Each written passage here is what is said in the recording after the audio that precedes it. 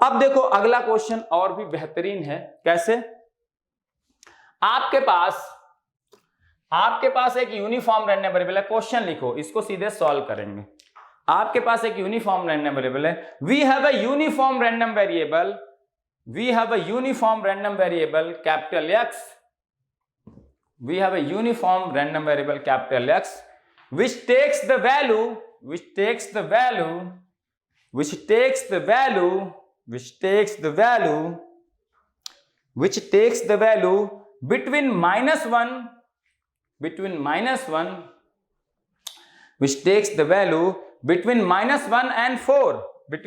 1 and 4, तो -1 से 4 के बीच में वैल्यूज लेता है और यूनिफॉर्म रैंडम वेरिएबल है तो उसका पीडीएफ आप प्लॉट कर सकते हो। We have a uniform random variable capital X which takes the values between -1 and 4, -1 to 4, 2 4 कहो, -1 से 4 के बीच में वैल्यूज लेता है, -1 to 4। We have another random variable capital Y, we have another random variable capital Y, we have another random variable capital Y, we have another random variable capital Y which is transformation of random variable X according to the given figure, which is linear transformation of capital X according to the given figure, ध्यान देना, बहुत ही बेहतरीन question है। y का x के form में transformation है। यह रैंडम वेरिएबल x है, इसको ट्रांसफॉर्म कर दिया गया रैंडम वेरिएबल y, इसी से रिलेटेड है। और रिलेटेड कैसे है वो एक डायग्राम से समझाया गया कि x एक्सिस पे वेरी कर रहा है, तो रैंडम वेरिएबल y कैसे वेरी करेगा इन टर्म्स ऑफ x।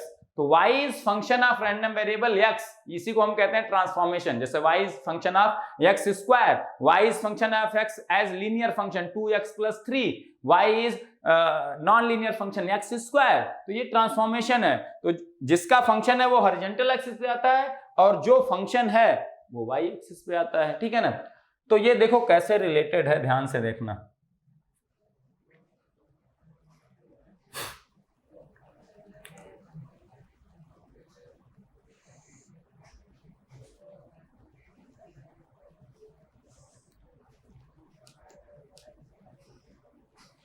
अब इसको आप सोच पाते हो कि नहीं, ये सबसे इंपॉर्टेंट बात है मेरे लिए।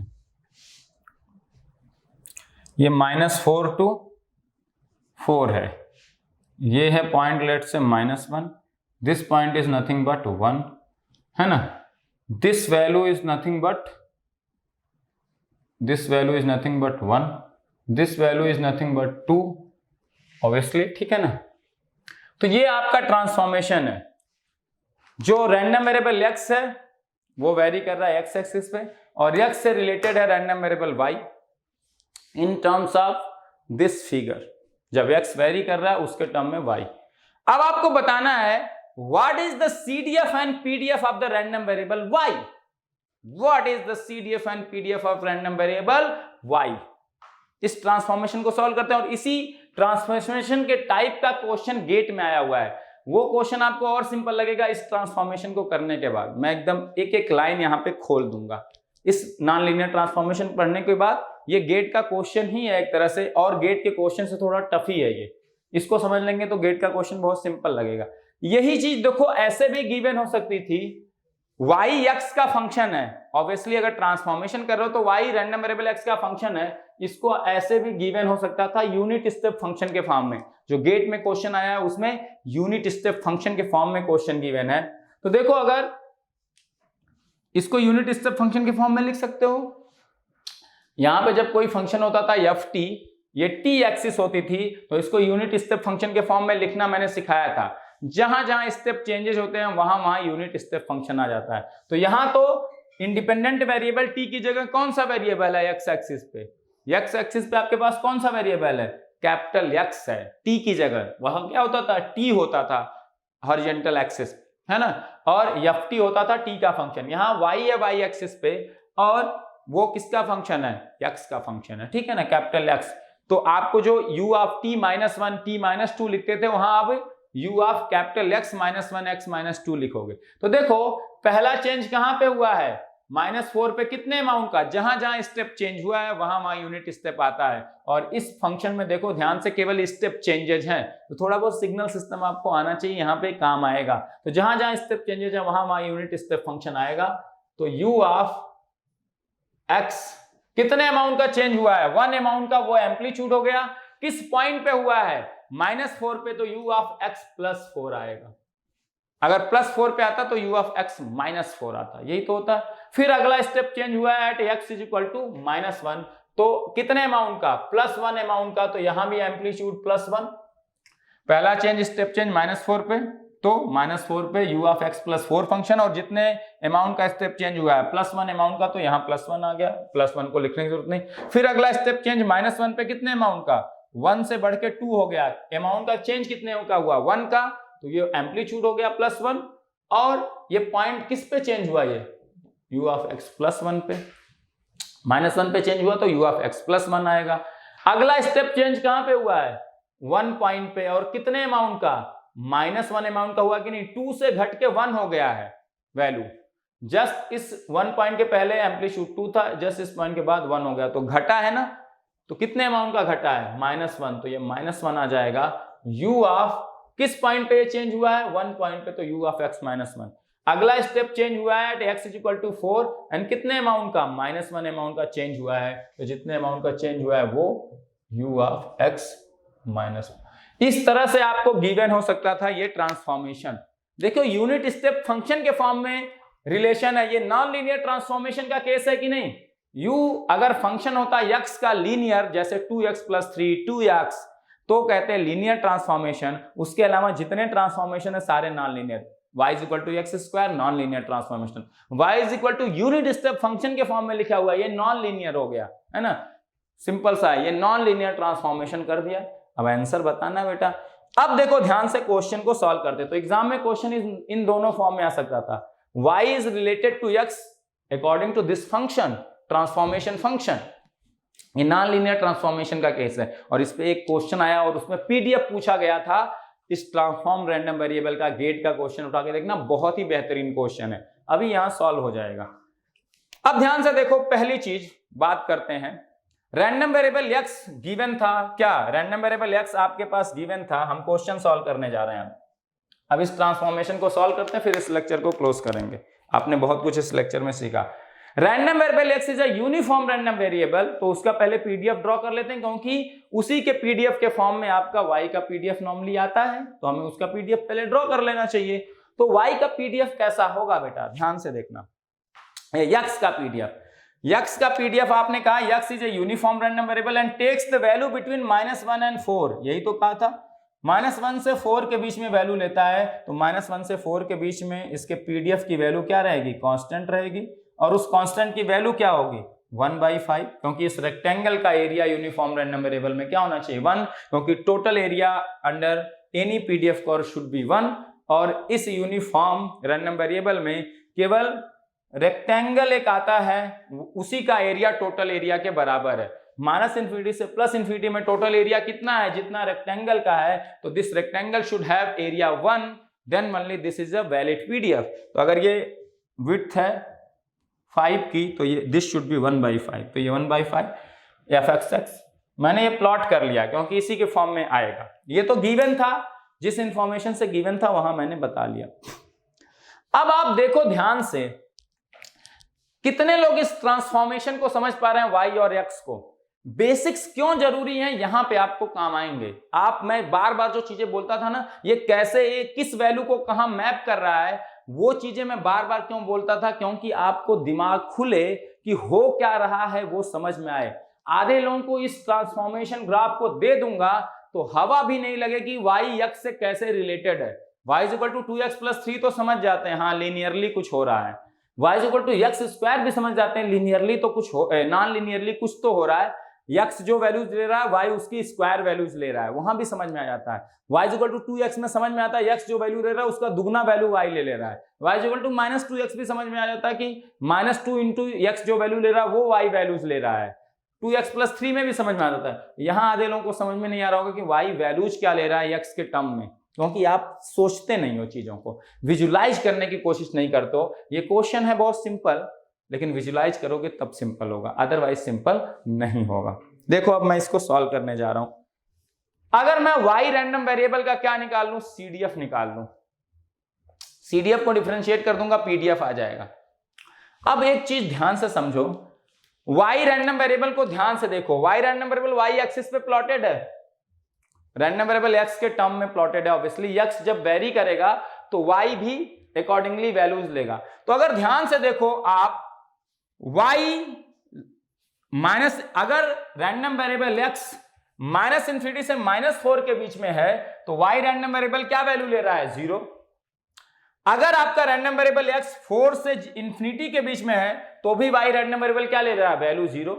अगली बात ध्यान से सुनो, x जब -4 से -1 के बीच में वैल्यू ले रहा है तो y रैंडम वेरिएबल क्या वैल्यू ले रहा है, कांस्टेंट वैल्यू 1 ले रहा है। ये भी बात क्लियर। जब x वैल्यू ले रहा है 1 से 4 के बीच में तो भी y रैंडम वेरिएबल क्या वैल्यू ले रहा है, 1 वैल्यू ले रहा है। ये भी चीज क्लियर।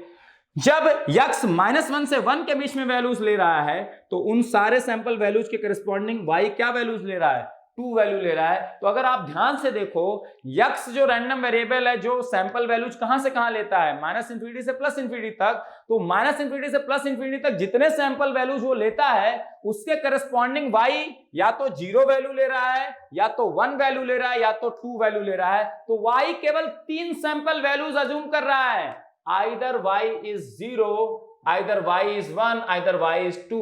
एक तरह से ये ट्रांसफॉर्मेशन जो है continuous random variable to discrete random variable है। x को मैप करके y क्या बन गया, y में केवल 3 वैल्यूज हैं, 3 सैंपल वैल्यूज y अज्यूम कर रहा है, either 0 value, either 1 value, either 2 value. It is kind of a discrete random variable की तरह है, केवल 3 सैंपल वैल्यूज वो अज्यूम कर रहा है, आइदर 0, 1 और 2। Kind of discrete random variable है कि नहीं। देखो x की जितनी सैंपल वैल्यूज है राइट फ्रॉम -∞ टू ∞, उन्हीं को मैप करके तो y रैंडम वेरिएबल को वैल्यूज असाइन कर रहे हो। जैसे y इक्वल टू 2x था, तो x जब -∞ से +∞ वेरी करेगा तो y भी 2 इंटू x -∞ से +∞ वेरी करेगा। वहां x कॉन्टिन्यूअस वेरी कर रहा है, 2 इंटू x भी कॉन्टिन्यूअसली वेरी कर रहा है। लेकिन यहां x 4 टू ∞ जितने सैंपल वैल्यूज लेगा उन सारे सैंपल के करस्पॉन्डिंग y केवल 0 सैंपल वैल्यू लेगा। जितने सैंपल वैल्यूज ये लेगा -∞ से -4 के बीच में, उन सबके लिए भी y क्या लेगा, 0 वैल्यू लेगा, है ना। -4 से -1 के बीच में या 1 से 4 के बीच में जब वैल्यू लेगा रैंडम वेरिएबल x, तो y कौन सी वैल्यू लेगा, 1 वैल्यू लेगा। देखो उन सारे के लिए y क्या है, 1। जब x -1 से 1 के बीच में लेगा तो y 2 लेगा। तो x के जितने सारे सैंपल है -∞ से ∞ के बीच में, उनके लिए y या तो 0 वैल्यू ले रहा है, या तो 1 या तो 2। तो y 3 ही सैंपल वैल्यूज अज्यूम कर रहा है for all the values of x, that is y यही सैंपल वैल्यूज की वाला अज्यूम कर रहा है। ये डिस्क्रीट काइंड ऑफ थिंग है कि नहीं। बाकी सैंपल वैल्यूज अज्यूम करने की y की प्रोबेबिलिटी क्या है, 0, क्योंकि बाकी सैंपल वैल्यूज वो अज्यूम ही नहीं कर रहा भाई साहब। तो अब देखो हम यहाँ PMF डिफाइन कर सकते हैं, probability of y is equal to 0 क्या होगी, probability of y is equal to 0 क्या होगी। अभी हम CDF की बात कर लेंगे, PDF क्या होगा अभी बात कर लेंगे। तो ये continuous to discrete random variable kind of transformation है। तो y इज इक्वल टू 0 क्या होगा, y की 0 लेने की प्रोबेबिलिटी वही होगी। y कब कब 0 वैल्यू ले रहा है, जब x -∞ से -4 के बीच में है, या x 4 से ∞ के बीच में है। तो ये प्रोबेबिलिटी क्या हो गई, probability that x takes the value between less than or equal to -4, OR का मतलब क्या, प्लस साइन, प्रोबेबिलिटी में OR मतलब प्लस साइन हो जाता है, x greater than or equal to 4। तो जब x greater than or equal to 4 value ले रहा है, उन सैंपल वैल्यूज के करस्पॉन्डिंग भी y 0 ले रहा है, और जब x less than or equal to -4 ले रहा है तो भी y 0 वैल्यू ले रहा है। तो y 0 की प्रोबेबिलिटी क्या है, x जब -∞ से -4 सैंपल वैल्यूज ले रहा है, उन सारे सैंपल्स की प्रोबेबिलिटी भी y 0 की प्रोबेबिलिटी है, और r x जब 4 से ∞ तक सैंपल वैल्यू ले तो भी y 0 वैल्यू ले रहा है। तो y 0 की टोटल प्रोबेबिलिटी क्या हो गई, x की -∞ से -4 वैल्यू लेने की जो प्रोबेबिलिटी है, या x की 4 to infinity जो वैल्यूज लेने की प्रोबेबिलिटी, टोटल प्रोबेबिलिटी है, वही y की 0 लेने की प्रोबेबिलिटी है। क्योंकि y 0 कब लेगा? जब x 4 से इन्फिनिटी वैल्यूज लेगा, या y 0 कब वैल्यू लेगा? जब x माइनस इन्फिनिटी से -4 वैल्यूज लेगा।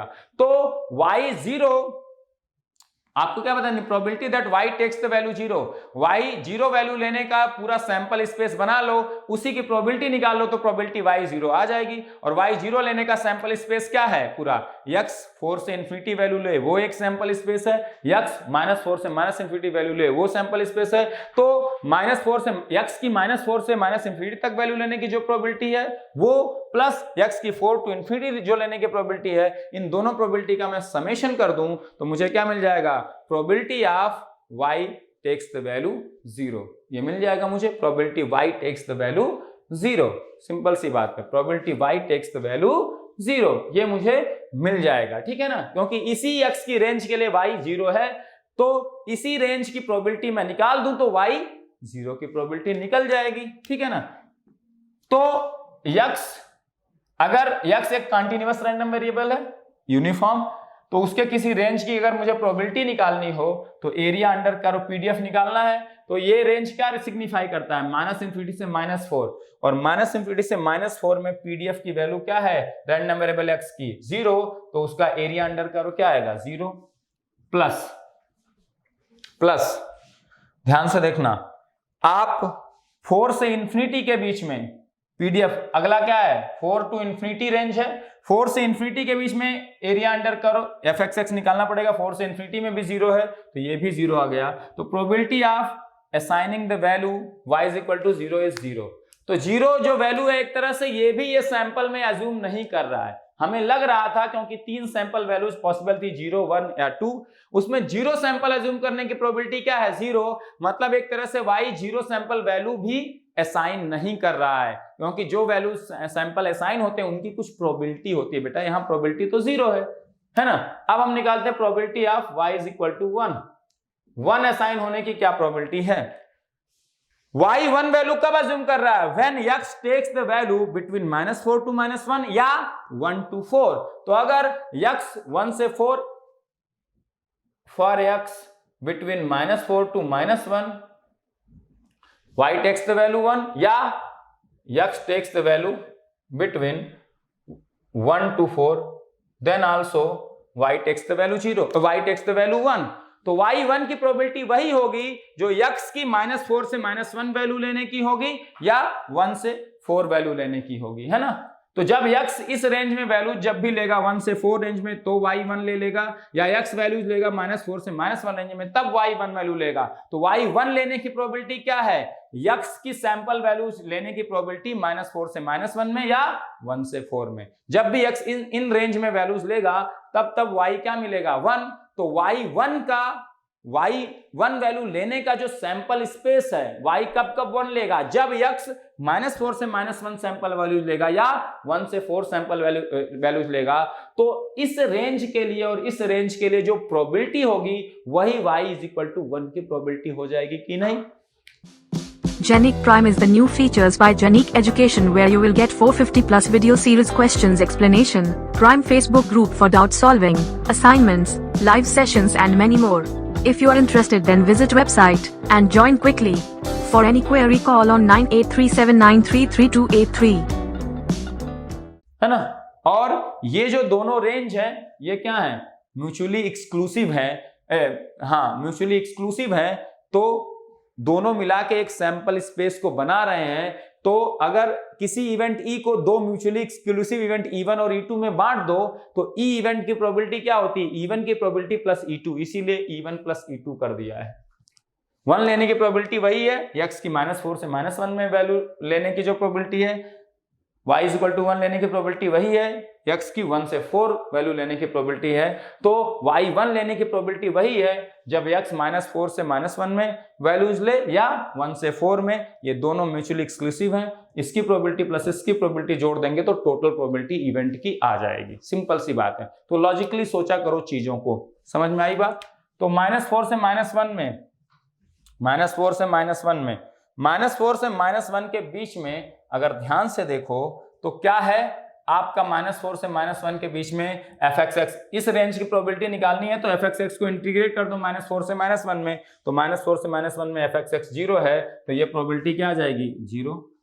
1 से 4 में अगला इंटीग्रेशन है 1 से 4 में, 1 से 4 में ये नॉन जीरो है, तो आपको ये प्रोबेबिलिटी निकालनी है, तो 1 से 4 के बीच में f(x) का एरिया निकाल लो, तो 1 से 4 के बीच में f(x) 1/5 है, इसी का एरिया 1/5 dx, तो that is 1/5 into x 1 to 4, ये आ गया 4 - 1 3/5 आ गई। तो आपके y वैल्यू 1 एज्यूम करने की प्रोबेबिलिटी 3/5 आ गई, और y वैल्यू 2 एज्यूम करने की प्रोबेबिलिटी क्या आ गई बेटा बताओ, y वैल्यू 2 एज्यूम करने की प्रोबेबिलिटी क्या आ गई, y वैल्यू 2 एज्यूम करने की प्रोबेबिलिटी अगर ध्यान से देखो क्या है, y2 वैल्यूज कब एज्यूम कर रहा है, x की किन वैल्यूज के लिए y2 वैल्यू अज्यूम कर रहा है, x की उसी रेंज की प्रोबेबिलिटी y2 वैल्यू अज्यूम करने की प्रोबेबिलिटी हो जाएगी। y2 वैल्यूज कब ले रहा है, देखो ध्यान से, जब x ले रहा है -1 से 1 के बीच में value, for the x between -1 to 1 y is equal to 2, तो y2 लेने की प्रोबेबिलिटी वही हो गई जो x की -1 से 1 के बीच में सैंपल वैल्यू लेने की प्रोबेबिलिटी हो गई, वही y2 अज्यूम करने की प्रोबेबिलिटी हो गई, that is nothing but -1 to 1। जैसे ही x -1 से 1 के बीच में कोई सैंपल वैल्यू लेगा y2 वैल्यू ले लेगा, तो y2 की प्रोबेबिलिटी क्या है, x की -1 से 1 के बीच में सैंपल अज्यूम करने की प्रोबेबिलिटी है ना। तो देखो -1 से 1 के बीच में पीडीएफ कर्व का एरिया और -1 से 1 के बीच में पीडीएफ की वैल्यू कितनी है 1/5, कांस्टेंट वैल्यू है dx, तो यह आ गया 2/5 आ जाएगा कि नहीं। तो ध्यान से देखो, एक तरह से y हमको लगा यहां से मैपिंग से कि y 3 वैल्यूज ले रहा है 0 1 2, लेकिन 0 अज्यूम करने की प्रोबेबिलिटी 0 हो गई, तो y अगर ध्यान से देखो 2 ही सैंपल वैल्यूज अज्यूम कर रहा है, 1 अज्यूम करने की प्रोबेबिलिटी 3/5 और 2 अज्यूम करने की 2/5। देखो total probability of the sample space 1 है कि नहीं, 1 ही आएगा बेटा। तो ये मैपिंग बहुत खतरनाक टाइप की मैपिंग थी, आपको सोचना पड़ेगा, कोई टफ नहीं था, लेकिन you are able to analyze it और not, that is the main point. अगर आप एनालाइज कर लेते हैं तो बहुत सिंपल है, नहीं कर पाते हैं तो टफ है, सिंपल सी बात है, ठीक है ना। तो ये एक तरह से कॉन्टिन्यूअस टू डिस्क्रीट ट्रांसफॉर्मेशन था, बहुत बेहतरीन था, ठीक है। लेकिन पूछा गया इसका पीडीएफ, जबकि डिस्क्रीट रैंडम वेरिएबल में पीडीएफ नहीं होता है, क्या होता है पीएमएफ होता है। देखो इसका पीडीएफ अगर पूछ दिया जाए डिस्क्रीट रैंडम वेरिएबल का, उसको भी आप प्लॉट कर सकते हो, एक्चुअल में है वो पीएमएफ, उसको हम पीडीएफ के फॉर्म में प्लॉट कर रहे हैं, और ऐसा क्वेश्चन गेट में आया हुआ है। समझ में इतनी बात आई। तो y1 अज्यूम करने की प्रोबेबिलिटी वही थी, जैसे x सैंपल ले लेगा -4 से -1 के बीच में या 1 से 4 के बीच में y1 ले लेगा। तो y1 कब लेगा, जब x अज्यूम करेगा सैंपल वैल्यू बिटवीन -4 to -1 और 1 to 4, तो x के इन रेंज में सैंपल वैल्यू अज्यूम करने की जो प्रोबेबिलिटी होगी वही y की 1 अज्यूम करने की प्रोबेबिलिटी होगी। सिंपल सी बात है, लॉजिक लगाओ, ठीक है। अब देखो ध्यान से, इस रैंडम वेरिएबल y का पीएमएफ मुझे पता है, जो सैंपल वैल्यूज अज्यूम कर रहा है उनकी प्रोबेबिलिटीज पता है, सिंगल पॉइंट की प्रोबेबिलिटीज हैं, ये प्रोबेबिलिटी मास फंक्शन कहते हैं डिस्क्रीट के केस में। इसका मुझे सीडीएफ कैसे ड्रॉ करना है मैंने सिखाया था, इसीलिए छोटी छोटी चीजें मैंने आपको सिखाई थी। अगर इसका मुझे सीडीएफ ड्रॉ करना हो y का, चाहे वो डिस्क्रीट रैंडम वेरिएबल हो चाहे कंटीन्यूअस, सीडीएफ सबके लिए डिफाइन होता है, and it is function of independent variable x बताया था। तो उसमें कुछ नहीं करना होता है, -∞ से पहले शुरू करो, पहले जो सैंपल वैल्यू जो अज्यूम कर रहा है उन पॉइंट्स को मार्क कर लो x एक्सिस पे, 1 पॉइंट एंड दिस इज 2। तो -∞ से शुरू करो, -∞ पे f(x) या किसी भी सीडीएफ फंक्शन की वैल्यू 0 होती है, 0 से शुरू करो। कब तक 0 रहेगा, जब तक कि पहला सैंपल पॉइंट नहीं आता है। पहला सैंपल पॉइंट कब आएगा, 1 पे। पहले सैंपल पॉइंट पे स्टेप चेंज करो, कितने अमाउंट का स्टेप चेंज करोगे, जो उस सैंपल वैल्यू को अज्यूम करने की प्रोबेबिलिटी है। 3/5 का चेंज हो गया, कितने का चेंज हो गया 3/5, तो ये पहुंच गया 3/5। फिर कांस्टेंट कर दो स्टेयरकेस फंक्शन। फिर अगला स्टेप चेंज कहां पे होगा, जब अगला सैंपल आएगा x एक्सिस पे। अगला सैंपल कब आया 2 पे स्टेप चेंज होगा, कितने अमाउंट का, कितने अमाउंट का चेंज होगा इस 2 वैल्यू पे, वो क्या होगा, जितना सैंपल वैल्यू 2 अज्यूम करने की प्रोबेबिलिटी है 2/5। तो यहां स्टेप चेंज कितने का होगा 2/5 का, ये चेंज है 2/5 का। ये 0 से चेंज था 3/5 अमाउंट का, तो 0 से बढ़ के 3/5 हो गया। ये चेंज है 2/5 अमाउंट का, तो 3/5 से +2/5 और बढ़ गया, 3/5 + 2/5 कहां पहुंच गया 1। अब उसके बाद कांस्टेंट, अब आगे कोई सैंपल पॉइंट है ही नहीं, एक्स एक्सिस पे अब और कोई सैंपल पॉइंट आने नहीं वाला है जिसको ये एज्यूम कर रहा है, तो अब कोई स्टेप चेंज आएगा नहीं, ये कांस्टेंट हो गया। तो ये इसका CDF आ गया। यही होता है स्टेयरकेस फंक्शन। अब अगर कभी कभी इसके केस में भी PDF की बात कर देते हैं, जबकि इसके केस में हमेशा CDF डिफाइंड होता है, PMF डिफाइन होता है। अगर मैं उसको इसका PDF पूछ भी लिया गया तो मैं कैसे निकालूंगा? PDF is nothing but d/dx of CDF। तो डिफरेंशिएट कर दो, क्या आएगा? -∞ to 1 तक तो 0 आएगा, 0 का डिफरेंशिएशन। 0 पे एक स्टेप चेंज है, स्टेप चेंज का डिफरेंशिएशन इंपल्स फंक्शन। कितने अमाउंट का इंपल्स फंक्शन? जितने अमाउंट का स्टेप चेंज है। और ये जो अमाउंट है ये 3/5 इस इंपल्स फंक्शन का एरिया बता रहा है। फिर कांस्टेंट का डिफरेंशिएशन 0, 1 पॉइंट है ये। 2 पॉइंट पे फिर से स्टेप चेंज हुआ है, तो यहां भी डिफरेंशिएशन इंपल्स फंक्शन आएगा। कितने अमाउंट का? जितने अमाउंट का स्टेप चेंज हुआ है। स्टेप चेंज कितना हुआ है 2 पॉइंट पे? कितने अमाउंट का? 2/5 का, तो ये 2/5 का इंपल्स आएगा। ठीक है, तो ये आपका एक तरह से मैं कहूं Fy(x) क्या रह गया? Fy(x) इज नथिंग बट, आप कह सकते हो delta 3/5 delta x - 1 plus 2/5 delta x - 2। ये 2 पॉइंट है। ये हो गया PDF of this transformed random variable. और CDF तो यहां आपने ड्रॉ किया ही है, ये हो गया। एक्चुअल में ये तो डिस्क्रीट रैंडम वेरिएबल हो गया था।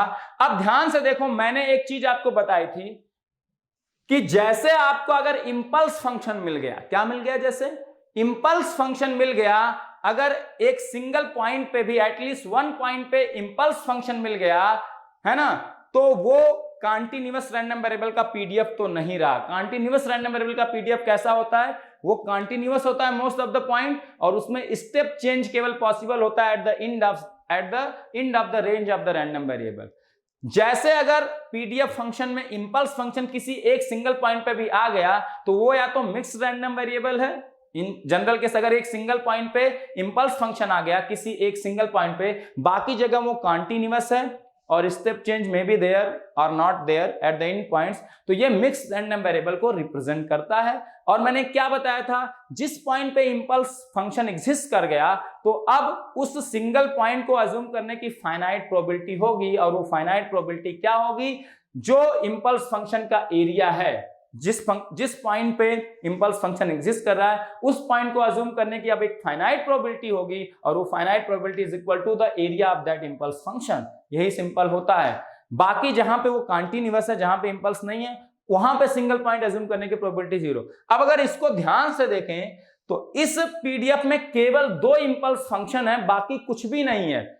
तो अगर केवल इंपल्स फंक्शन है, अगर एग्जिस्ट करते हैं तो केवल इंपल्स फंक्शन करते हैं, बाकी कुछ भी नहीं है, बाकी जगह ये 0 है PDF फंक्शन, तो ये एक तरह से डिस्क्रीट रैंडम वेरिएबल को रिप्रेजेंट करता है। यही होता कि एटलीस्ट एक जगह इंपल्स फंक्शन, बाकी जगह थोड़ा बहुत कॉन्टिन्यूअस, थोड़ी बहुत फाइनाइट वैल्यू PDF की, तो वो मिक्स्ड रैंडम वेरिएबल होता। लेकिन यहां केवल इंपल्स फंक्शन है और बाकी हर जगह 0, क्योंकि जो CDF फंक्शन होता है, स्टेयरकेस फंक्शन होता है डिस्क्रीट रैंडम वेरिएबल का, तो उसमें कांस्टेंट या स्टेप चेंज, कांस्टेंट या स्टेप चेंज, और अगर उसका आप डिफरेंशिएशन करोगे तो कांस्टेंट का डिफरेंशिएशन 0, केवल जहां जहां स्टेप चेंज है वहां इंपल्स फंक्शन आएंगे। तो अगर PDF में केवल इंपल्स फंक्शन है तो वो डिस्क्रीट रैंडम वेरिएबल को रिप्रेजेंट करता है। PDF में इंपल्स फंक्शन के अलावा बाकी फाइनाइट वैल्यूज भी हैं थोड़ा बहुत, जैसे यहाँ पे कुछ फाइनाइट वैल्यू ऐसे होती, फिर आया एक इंपल्स फंक्शन, फिर फाइनाइट कुछ इंपल्स, तो ये मिक्स्ड रैंडम वेरिएबल को रिप्रेजेंट करने लगता। लेकिन केवल इंपल्स फंक्शन और बाकी जगह 0, जहां भी एग्जिस्ट कर रहे हैं केवल इंपल्स फंक्शन, बाकी हर जगह 0, तो वो डिस्क्रीट रैंडम वेरिएबल के PDF को रिप्रेजेंट कर रहा है, या एक तरह से PMF है वो, है ना। आप PMF को PDF के फॉर्म में रिप्रेजेंट कर दिए। अब ध्यान से देखो, जिस पॉइंट पे इंपल्स फंक्शन है उस पॉइंट को अज्यूम करने की प्रोबेबिलिटी फाइनाइट होगी, और एरिया तो 1 का प्रोबेबिलिटी अज्यूम करने का कितना होगा 3/5, 2 का अज्यूम करने का 2/5, और total area under curve PDF क्या होता है 1। तो वैसे भी आप -∞ to ∞, f y x d x करोगे तो माइनस इन्फिनिटी टू इन्फिनिटी के बीच में दो इंपल्स फंक्शन है, तो आपका क्या आ जाएगा minus infinity to infinity 3/5 delta x minus 1 plus 2/5 delta x minus 2। ध्यान से देखो माइनस इन्फिनिटी टू इन्फिनिटी अगर इंपल्स फंक्शन क्या है लिमिट के अंदर तो एरिया 1 देता है, तो ये 3/5 डेल्टा x माइनस 1 लिमिट के अंदर है, इसका एरिया अंडर करो माइनस इन्फिनिटी टू इन्फिनिटी क्या आ जाएगा 1, तो 3/5 2/5 पार minus infinity to infinity delta x minus 2 dx, delta x minus 2 exist कर रहा है x इक्वल टू 2 पे और ये लिमिट के अंदर है, तो इसका एरिया अंडर करो 1 आ जाएगा। 2/5 बाहर कर लिया हमने, केवल डेल्टा फंक्शन का एरिया निकालना है, 2/5 को तो बाहर कर लिया इंटू 1, तो ये 3/5 प्लस 2/5 5/5 1 आ गया कि नहीं। तो ये बात समझ में आई। इंपल्स फंक्शन को मैं समझा चुका था मिक्स रैंडम वेरिएबल में। तो पीडीएफ में किसी पॉइंट पे सिंगल पॉइंट पे इंपल्स फंक्शन है तो उस सिंगल पॉइंट की फिर प्रोबेबिलिटी एग्जिस्ट करने लगती है और वही होती है जो area of the impulse function at that point. Simple सी बात है और कुछ करने की जरूरत नहीं। तो ठीक है, ये जो ट्रांसफॉर्मेशन था ये भी नॉन लीनियर ट्रांसफॉर्मेशन था and in this case the mapping leads to the discrete random variable, मतलब कंटिन्यूअस रैंडम वेरिएबल को मैप करके हमें मिला क्या था y, हमें मिला था डिस्क्रीट रैंडम वेरिएबल मिला था। उसके केस में सीडीएफ फंक्शन होता है स्टेयरकेस फंक्शन और पीएमएफ एग्जिस्ट करता है। उसी पीएमएफ को अगर पीडीएफ के फॉर्म में एग्जिस्ट बताना हो तो पीडीएफ के फॉर्म में वो इंपल्स फंक्शन होगा। सिंपल सी बात है। कभी भी डिस्क्रीट रैंडम वेरिएबल के पीएमएफ को अगर पीडीएफ के फॉर्म में लिखना हो तो जो पॉइंट है डिस्क्रीट रैंडम वेरिएबल में उन पॉइंट्स पे इंपल्स फंक्शन आ जाएगा और कितने एरिया का, जो उन पॉइंट्स के क्या हैं प्रोबेबिलिटीज हैं। देख लो ना आ गया कि नहीं। ये सारे छोटे छोटे लॉजिक आपको डेवलप करेंगे। तो इस तरह का क्वेश्चन इसी यूनिट स्टेप के फॉर्म वाला क्वेश्चन जाके देखो, गेट में गिवन है, रिसेंटली ही आया है, वहां पे इस तरह का ट्रांसफॉर्मेशन था, इस तरह का कुछ शायद -2.5 to 2.5 ये आपका रैंडम वेरिएबल है, ये y। तो यहां थोड़ा और सिंपल दे दिया था हमने, तो यहां पे और थोड़ा सा कॉम्प्लेक्स दे दिया ट्रांसफॉर्मेशन है। ये भी यूनिट स्टेप के फॉर्म में, यहां पे unit step u of x plus 2.5 minus u of x minus 2.5 इस तरह से कुछ है, ठीक है ना इस केस में। तो इस केस में अगर ध्यान से देखोगे तो y क्या अज्यूम कर रहा है, केवल दो ही वैल्यूज अज्यूम कर रहा है। y यहां 0 है, x की इन वैल्यूज के लिए 0 है। जब x 2.5 से इन्फिनिटी है तो y क्या ले रहा है वैल्यू 0। x जब -2.5 से माइनस इन्फिनिटी है तो y क्या ले रहा है वैल्यू 0। और when x is between -2.5 to 2.5 y assuming the value जो भी यहाँ पे होगा, यहाँ पे जो भी वैल्यू उन्होंने दी है 1 दिया है 2 दिया है 3 दिया है वो वैल्यू वो अज्यूम कर रहा है। अगर 1 दिया है तो 1 वैल्यू अज्यूम कर रहा है, 2 दिया है तो 2 वैल्यू अज्यूम कर रहा है। तो 0 और 2 वैल्यू केवल अज्यूम कर रहा है। अगर ये 1 है तो 0 और 1 वैल्यू केवल अज्यूम कर रहा है। अगर ये 3 है तो 0 और 3। यहाँ पे 3 वैल्यूज मैंने दे दी थी, हालांकि एक 0 वैल्यू अज्यूम करने की प्रोबेबिलिटी क्या आ गई थी 0 आ गई थी, वो अलग बात है। अगर यही 0.4 को मैं बढ़ा के लेट से क्या कर देता 5 कर देता, लेट से 4 को बढ़ा के 5, तो अब 0 अज्यूम करने की नहीं घटा देता, बढ़ाने की जगह घटा देता। मैं इस 0.4 को ये वाला पॉइंट घटा के यहां कुछ 2 कर देता, तो अब देखो क्या होता 2 से इन्फिनिटी की रेंज में y 0 ले रहा है, x अगर 2 से इन्फिनिटी हो, और -4 से इन्फिनिटी के रेंज में y 0 ले रहा है।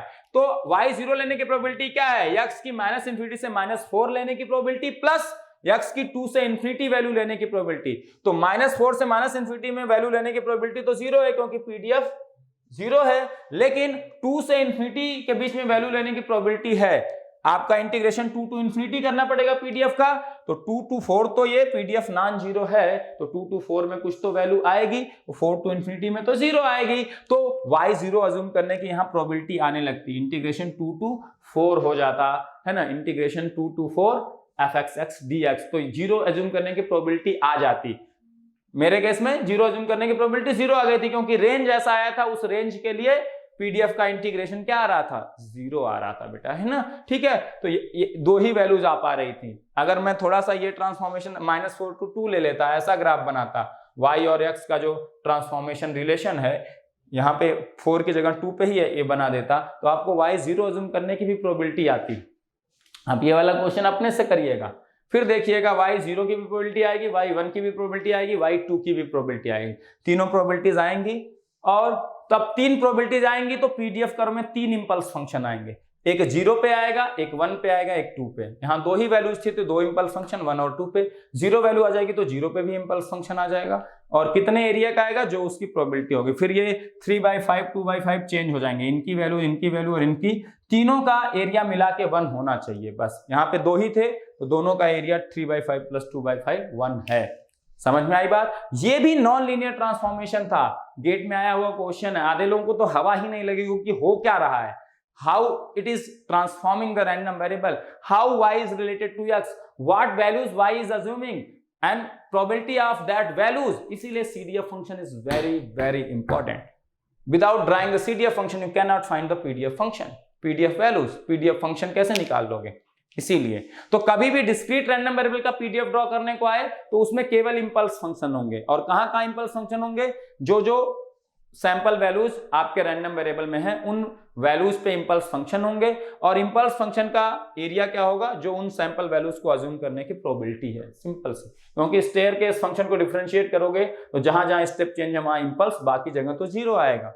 ठीक है, तो ये डिस्क्रीट। अगर इसी इंपल्स के साथ कहीं थोड़ी बहुत पीडीएफ फंक्शन की वैल्यू फाइनाइट होती तो ये मिक्स्ड रैंडम वेरिएबल हो जाता, क्योंकि जहां फाइनाइट वैल्यू है ये क्या रिप्रेजेंट कर रहा है? कंटीन्यूअस रैंडम वेरिएबल को, और ये रिप्रेजेंट कर रहा है डिस्क्रीट रैंडम वेरिएबल को। तो दोनों का मिक्सचर मिलके क्या हो गया? दोनों का मिक्सचर मिलके हो गया आपका मिक्स्ड रैंडम वेरिएबल। समझ में आई? तो नॉन लीनियर ट्रांसफॉर्मेशन से यूज्ड टू बेटा हो रहे हो कि नहीं? ये 2 ट्रांसफॉर्मेशन मजे आए। x² वाला मैंने करा दिया, यहां भी करा दिया। अब मैं अगले लेक्चर में फिर क्वेश्चन ही कराऊंगा, ये क्वेश्चन ही था गेट का, और कुछ नहीं था, ये पूरा क्वेश्चन ही था। नेक्स्ट लेक्चर में फिर लेके आने वाला हूं नॉन लीनियर ट्रांसफॉर्मेशन। उसमें मैं क्या लेके आने वाला हूं? अगला एक रैंडम वेरिएबल लूंगा मैं गॉसियन, और उस पर बहुत पहले गेट में क्वेश्चन भी आया हुआ है, तो क्वेश्चन से ही सारी चीजें सीखते हैं। जो छोटे छोटे माइन्यूट पॉइंट्स है जो आपको पता होना चाहिए वो क्वेश्चन से ही मैं समझाने वाला हूं सब कुछ, क्योंकि बिना क्वेश्चन के यहां समझ नहीं सकते, थियरी में कितना भी पढ़ा लूं। तो random variable, Gaussian random variable को मैं हाफ वेव रेक्टिफायर और फुल वेव रेक्टिफायर से पास करूंगा तो आउटपुट पे फिर से एक रैंडम वेरिएबल मिलेगा। ये भी एक तरह का ट्रांसफॉर्मेशन है। इनपुट लगाया एक रैंडम वेरिएबल, प्रोसेस होके सिस्टम ने कुछ उसमें ऐड किया, सब्ट्रैक्ट किया, एक और रैंडम वेरिएबल y दे दिया, तो इसी x रैंडम वेरिएबल से मुझे मिला y random variable by the mapping through a system. तो ये भी क्या है? ट्रांसफॉर्मेशन है, और उस केस में फाइंड आउट करना, और बहुत ही बेहतरीन क्वेश्चन आएगा आपको इस नेक्स्ट लेक्चर में। करते हैं गॉसियन रैंडम वेरिएबल का, और जो ट्रांसफॉर्म रैंडम वेरिएबल आउटपुट में मिलेगा वो गॉसियन होगा कि नहीं होगा वो फाइंड करेंगे, और जब वो आ जाएगा तो उसका मीन और वेरिएंस निकालेंगे। और इस पे गेट में क्वेश्चन बहुत लाइकली है, कभी भी आ सकता है, बहुत पहले आया हुआ था गेट में, और गॉसियन बहुत फेवरेट टॉपिक है, कभी भी क्वेश्चन आ सकता है, तो आप इजीली सॉल्व कर सकते हो। तो वो वाला क्वेश्चन लेंगे, एक वो क्वेश्चन लेंगे। एक और बेहतरीन क्वेश्चन है tan phi, tan फंक्शन के फॉर्म में ट्रांसफॉर्मेशन, साइन और cos फंक्शन के फॉर्म में ट्रांसफॉर्मेशन, ये है ना। अभी तक हम x² का ट्रांसफॉर्मेशन ले लिए, लीनियर ट्रांसफॉर्मेशन ले लिए, यूनिट स्टेप फंक्शन के फॉर्म में ट्रांसफॉर्मेशन ले लिए। अब हम साइन और cos के फॉर्म में ट्रांसफॉर्मेशन ले सकते हैं, y = sin x, y = cos x, उसको देखेंगे, वो और बेहतरीन है। ठीक है ना, y = tan x, ये ट्रांसफॉर्मेशन देखेंगे। और एक गॉसियन रैंडम वेरिएबल को हाफ या फुल वेव रेक्टिफायर से प्रोसेस कर रहे हैं तो कैसा ट्रांसफॉर्मेशन आएगा ये देखेंगे, तो अब जाके ट्रांसफॉर्मेशन पार्ट पूरा कंप्लीट होगा। गेट के कोई भी क्वेश्चन उठा के ऐसे हवा में कर दोगे, ठीक है ना। थोड़ी बहुत स्केलिंग और शिफ्टिंग आपको अच्छे से आनी चाहिए, जो मैं समझा चुका हूं। थोड़ी बहुत इनइक्वालिटीज डील करने आने चाहिए, रेंज कैसे निकालने वो कॉमन सेंस यूज करो, कैसे कहां से कहां इंटीग्रेशन करते हैं उसको थोड़ा सा आपको अप्लाई करना पड़ेगा। Your mind, it is all about the maths, it is all about the finding the inequalities range, और इनइक्वालिटी की रेंज फाइंड आउट करने के बाद इंटीग्रेशन निकालना, और इंटीग्रेशन में जो लिमिट वेरी हो रही है उसकी रेंज क्या होगी, वो किस रेंज में लाई करेगा, कहां से कहां तक पीडीएफ को इंटीग्रेट करेंगे, ये डिसीजन मेकिंग भी आपको करना पड़ेगा on the value of small x कि √x कहां आएगा, -√x कहां आएगा, तो किस रेंज में इंटीग्रेशन करना होगा, वो आपको कॉमन सेंस बेटा अप्लाई करना पड़ेगा। तब जाके ये जो टफ वाले क्वेश्चन है आपको इजी लगेंगे। तो थोड़ा सा मेहनत तो आपको भी करना पड़ेगा ना टफ चीज को इजी बनाने में।